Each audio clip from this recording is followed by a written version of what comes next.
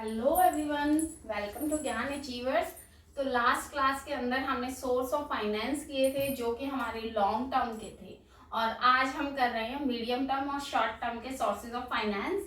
तो ये पार्ट 2 है।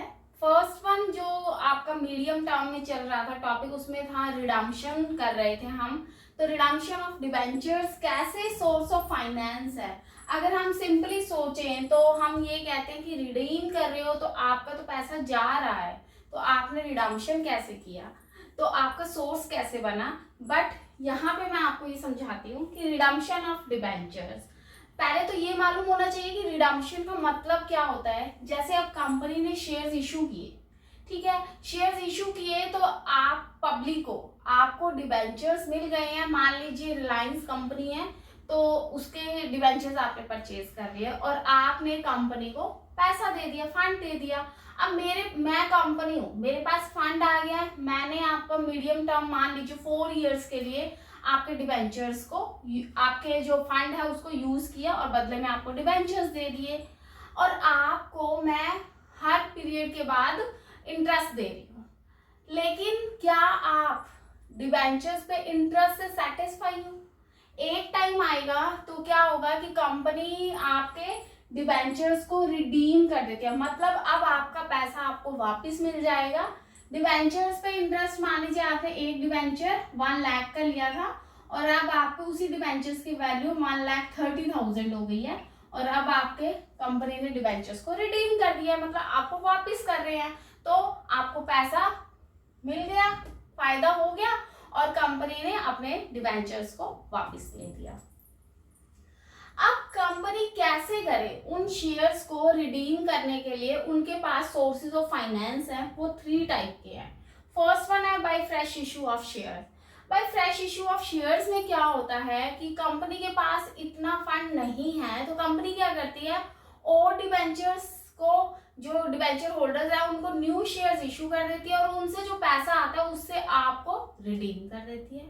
उससे क्या होता है कि आपके साथ भी मेरी एक अच्छी बॉन्डिंग रही, मैंने टाइम टू टाइम आपके डिबेंचर्स पे इंटरेस्ट पे किया, और एक टाइम मान लीजिए 4 इयर्स था आपका मैच्योरिटी पीरियड, और 4 इयर्स में मैंने आपको रिडीम कर दिया, तो कंपनी की क्रेडिट वर्दीनेस बनी रही। ठीक है, तो ये चीज हो गई है, आपके साथ तो मेरा ये अच्छा बॉन्ड बन गया। लेकिन जो न्यू डिबेंचर होल्डर्स हैं वो मेरे कंपनी के डिबेंचर्स क्यों परचेज कर रहे हैं? क्यों? क्योंकि उनकी मेरी आपके प्रति जो क्रेडिट वर्दीनेस थी, जो बॉन्डिंग थी, वो पॉजिटिव थी, तो मेरे न्यू डिबेंचर्स जो हैं वो सेल हो गए, मार्केट में मेरे की एक अच्छी वैल्यू है, तो उस रीजन से समझ आ गया आपको, तो वो आपके डिबेंचर्स को परचेज कर लेंगे। अब मैंने उनके साथ कॉन्टिन्यूटी बनानी है, न्यू डिबेंचर होल्डर्स के साथ उनको टाइम पे पेमेंट करनी है, उनसे मुझे पैसा मिला है, वो पैसा मैं अपने बिजनेस के अंदर इन्वेस्ट कर रही हूँ। क्लियर है आपको? तो इससे मुझे भी फायदा हुआ, आपको भी हुआ, और नए डिबेंचर होल्डर्स को भी हो गया। ठीक है, तो ये तो हो गया फ्रेश इशू ऑफ शेयर। इससे क्या होता है, कंपनी का फाइनेंस के जो सोर्सेज है, एक तरह से सोर्स हो गया ना, कि उधर से पैसा मिल गया, आपको मैंने पे, मान लीजिए उधर से मुझे 5 करोड़ मिला, आपको मैंने मान लीजिए 4 करोड़ की पेमेंट करनी थी, तो 1 करोड़ का मेरा फाइनेंस का सोर्स भी बन गया है और आपकी पेमेंट भी हो गई है, तो कंपनी को कोई भी इफेक्ट नहीं पड़ा और एक सोर्स भी बन गया 1 करोड़ का। ठीक है, पैसा भी आ गया। क्लियर है बच्चे? नेक्स्ट वन है source of finance redemption out of capital. Capital आपको मालूम है, मुझे समझाने की जरूरत नहीं है। एक छोटी सी भाषा में आपको मैं आपसे पूछती हूँ कि मान लीजिए आपकी सेविंग्स है या आपके पास कैपिटल है, वो कैपिटल अगर मैं आपकी सारी ले लेती हूँ तो आप अपने बिजनेस को कैसे कंटिन्यू करोगे? ये तो क्या हो गया, आपके लिए लॉस हो गया। तो वही सेम चीज बिजनेस के बारे में चल रहे हैं कि अगर बिजनेस अपनी कैपिटल में से अपने डिबेंचर होल्डर्स को पेमेंट करेगा, डिबेंचर्स को रिडीम करेगा, तो कंपनी की कैपिटल पे एडवर्स इफेक्ट पड़ेगा। ठीक है, इसलिए according to SEBI guidelines, SEBI ने कहा है कि आपको एक डीआरआर बनाना पड़ेगा। अब डीआरआर क्या होता है? Debenture redemption reserve. ठीक है, ये एक तरह का रिजर्व है, और नेम से ही पता चल रहा है कि डिबेंचर्स को रिडीम करने के लिए ये रिजर्व बनाया जाता है। तो को अपनी कैपिटल में से 25% इस रिजर्व में डालना पड़ेगा। ठीक है, कि कंपनी नेवर पे 100% रिडम्पशन आउट ऑफ कैपिटल, कि कंपनी सिर्फ कैपिटल का 25% ही डिवेंचर रिडम्पशन रिजर्व में डाल के पे ऑफ कर सकती है, 100% पे ऑफ नहीं कर सकती है आउट ऑफ कैपिटल से। क्यों? क्योंकि अकॉर्डिंग टू सेबी गाइडलाइंस ये बिजनेस पे एडवर्स इफेक्ट डालता है। ओके, तो इसलिए हम बोल देते हैं कि रिडम्पशन आउट ऑफ कैपिटल के अंदर सेबी के अकॉर्डिंग 25% DRR बनाना जरूरी है, उसके बाद ही कंपनी जो है वो रिडम्पशन कर सकती है। आई बात समझ? नेक्स्ट वन है redemption out of profit. This is the best method. इसके अंदर क्या होता है, कंपनी अपने प्रॉफिट्स में से डिबेंचर्स को रिडीम कर रही है।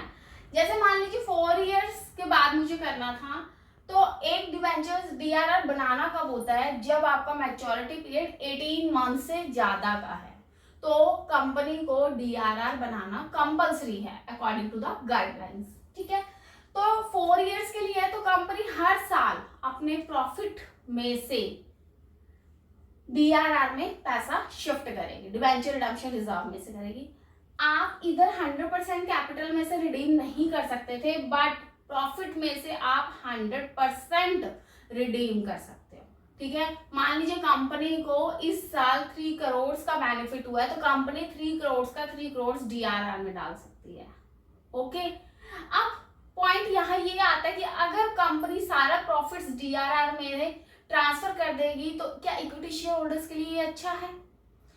नहीं अच्छा है। लेकिन ये प्रायर एग्रीमेंट्स होते हैं, प्रायर मीटिंग्स होती है, उसके अंदर सारा कुछ ऑलरेडी मेंटेन होता है, इसलिए ये जो मीटिंग के अंदर ये जो डिसीजंस है वो ऑलरेडी पहले लिए होते हैं कि क्या 100% करेगी कंपनी या 50% करेगी, 60%, कितना मार्जिन कंपनी DRR का आउट ऑफ प्रॉफिट में से शिफ्ट करेगी। ठीक है, तो इतना डीपली हमने नहीं जाना है, क्योंकि ये जब चैप्टर आएगा रिडम्पशन ऑफ डिबेंचर तो उसमें हम डीपली स्टडी करेंगे।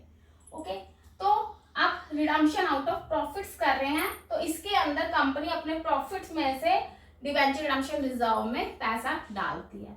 तो एक तरह से क्या हुआ, पैसा तो मैंने आपसे लिया था, वो मैंने बिजनेस में पैसा इन्वेस्ट किया, तो वो मेरे पास क्या था, सोर्स ऑफ फाइनेंस था। लेकिन जब मैंने रिडीम करना है, तो जो रिडीम के लिए मुझे रिजर्व बनाने हैं वो मैं कहाँ से बना रही हूँ, प्रॉफिट्स में से। ठीक है, वो प्रॉफिट्स में से मैंने रिजर्व बनाया और वो डिस्ट्रीब्यूट कर दिया। ठीक है, तो ये एक तरह से इनडायरेक्टली क्या बन गया है, सोर्स बन गया है फाइनेंस का। ठीक है, कि पैसा तो आपसे लिया था और जब पे ऑफ करने की बारी आई तो थोड़ा थोड़ा मार्जिन करके प्रॉफिट्स में से कर दिया, कि बिजनेस को कोई इफेक्ट ना पड़े, एडवर्स इफेक्ट ना पड़े। ठीक है, वो तो सारा क्या जाना था, शेयर होल्डर्स को जाना था। शेयर होल्डर्स का कुछ मार्जिन मैंने DRR में डाला और एक वेल मेंटेन रिजर्व करके मैच्योरिटी टाइम पीरियड पे वो रिजर्व में से पेमेंट आपको कर दी। ठीक है, तो ये भी क्या बन गया, हमारा सोर्स ऑफ फाइनेंस बन गया। आगे बात समझ? तो इस तरह से आपका जो रिडम्पशन है वो भी सोर्स ऑफ फाइनेंस होता है। आई होप ये पॉइंट समझ आ गए होंगे आपको। नेक्स्ट वन है आपका पब्लिक डिपॉजिट। ये भी, बट ये बैंक नहीं होता है, ये आप गैदर्ड करते हो फ्रॉम पब्लिक बाय ऑर्गेनाइजेशन। ये एक तरह की ऑर्गेनाइजेशन होती है और वो गैदर करती है, आपसे पैसा कलेक्ट करती है, और उसके आपसे जो पैसा कलेक्ट करेगी ऑर्गेनाइजेशन उस पर तो इंटरेस्ट देगी कम, और जब आपको ये एज ए लोन प्रोवाइड करवाएगी तो उस पर इंटरेस्ट मार्जिन लेगी ज्यादा, as a comparison to other banks के कंपैरिजन में। तो जो इंटरेस्ट रेट है वो हाई होता है उन बैंक डिपॉजिट्स पे। क्लियर हो गया बच्चे? नेक्स्ट वन है, बट इनको पब्लिक डिपॉजिट्स को भी, जो इनकी एक्सेप्टेंस है, इसको भी रेगुलेट RBI करता है। RBI, ठीक है, रिजर्व बैंक ऑफ इंडिया ही करता है। तो ये हो गया आपका पब्लिक डिपॉजिट। ये आपका मीडियम टर्म में भी था और शॉर्ट टर्म में भी था। ठीक है, नेक्स्ट वन है कमर्शियल पेपर्स। ये हम ऑलरेडी डिस्कस कर चुके हैं, तो जो हमारे न्यू व्यूअर्स हैं वो प्लेलिस्ट के अंदर जाइए और फाइनेंशियल इंस्टीट्यूशंस के अंदर एंड मार्केट जो आपका होगा टॉपिक, उसके अंदर आपको कमर्शियल पेपर जो शॉर्ट टर्म के सारे नेगोशिएबल इंस्ट्रूमेंट्स हैं उनमें आपको मिल जाएगा। तो अगर डीप स्टडी करनी है, शॉर्ट में मैं आपको बता रही हूँ कि कमर्शियल पेपर्स एक तरह के शॉर्ट टर्म के अनसिक्योर्ड प्रॉमिसरी नोट्स होते हैं जो लेस देन 365 डेज होता है, मतलब 1 साल के अंदर अंदर होता है।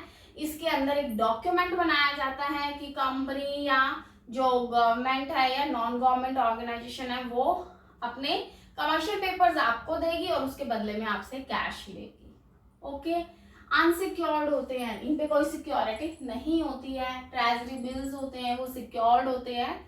तो ये क्या हो गया है कमर्शियल पेपर्स का। नेक्स्ट वन है कमर्शियल बैंक्स। कमर्शियल बैंक्स की भी मैं वीडियो बना चुकी हूँ, अगर आपने देखनी है तो आप मेरी जो चैनल की प्लेलिस्ट है उसके अंदर जा सकते हैं, उसमें बैंक्स के नाम से आपको पूरा डीपली स्टडी बन जाएगी। तो कमर्शियल बैंक्स क्या होते हैं शॉर्ट के अंदर बता देती हूँ कि वो आपसे पैसा लेते भी हैं, आपकी सेविंग्स को डिपॉजिट भी करवाते हैं और आपको लोन भी प्रोवाइड करवाते हैं। ठीक है, तो ये होते हैं कमर्शियल बैंक्स। तो आपका ये भी, तो आप इनसे क्या ले रहे हो, आप पैसा ले रहे हो, तो जो कंपनीज हैं या जो ऑर्गेनाइजेशंस हैं वो बैंक से भी पैसा लोन की फॉर्म में मनी लेते हैं, तो इस पे जो कंपनीज है उसको इंटरेस्ट पे करना पड़ता है। तो ये भी एक तरह का बैंक्स जो है वो सोर्स ऑफ फाइनेंस हो गया है। अब ट्रेड क्रेडिट, या मैंने आपको शॉर्ट टर्म में लिखवाया था क्रेडिटर्स, एक ही बात है। ट्रेड क्रेडिट, इसके अंदर क्या होता है, credit given by one trader to another for purchase of product and service. मान लीजिए मैंने कोई आपसे प्रोडक्ट परचेज किया है तो वो आप मुझे एक बार क्रेडिट पे दे देते हो, ठीक है, तो वो मेरे लिए ट्रेड क्रेडिटर्स होगा या अकाउंट पेबल हो जाएगा। ठीक है, तो मतलब उधार में जब पैसा ले लिया है, तो एक तरह से अभी मान लीजिए मैंने आपसे 5 लाख का स्टॉक परचेज किया, रॉ मटेरियल परचेज कर लिया, तो 5 लाख मुझे अभी इमीडिएटली पेमेंट नहीं करनी है आपको।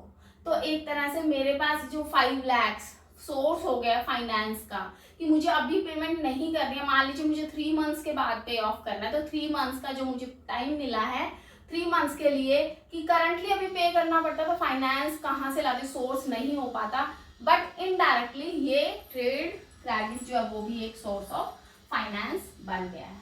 आपको ऑलरेडी समझा चुकी हूँ कि no need to immediate payment हो गया। आगे बात समझ, कई बार आ जाता है एडवांस। एडवांस की मतलब आपने मुझे कुछ ऑर्डर दिया, और ऑर्डर दिया तो आपने मान लीजिए मुझे ऑर्डर दे दिया है 10 लाख का, और 10 लाख का ऑर्डर दिया और आपने मुझे 50% अमाउंट मीन्स 5 लाख, ठीक है, 5 लाख की अमाउंट आपने मुझे एडवांस दे दिया है। तो एडवांस दे दी है तो ये भी मेरे लिए एक बार क्या बन गया है, सोर्स ऑफ फाइनेंस बन गया है कि मैं अपने बिजनेस को कंटिन्यू कर सकती हूँ। ये जो ऑर्डर आपसे मिला है आपका पैसे से ही मैं अपने बिजनेस की जो ये ऑर्डर है उसको फुलफिल कर सकती हूँ। ठीक है, तो ये भी मेरे लिए क्या बन गया है, एक source of finance short term के लिए। ठीक है, तो ये था आज हमारा सोर्स ऑफ फाइनेंस का पार्ट 2, जिसके अंदर हमने सोर्सेज जो है फाइनेंस के वो सारे के सारे रीड किए। आई होप आपको समझ आए होंगे। अगर आपको समझ आया, वीडियो अच्छी लगी तो प्लीज लाइक, सब्सक्राइब और शेयर करना मत भूलिएगा। और अब मिलती हूँ एक नेक्स्ट टॉपिक में एक न्यू वीडियो के साथ। Thank you so much, have a nice day, God bless you.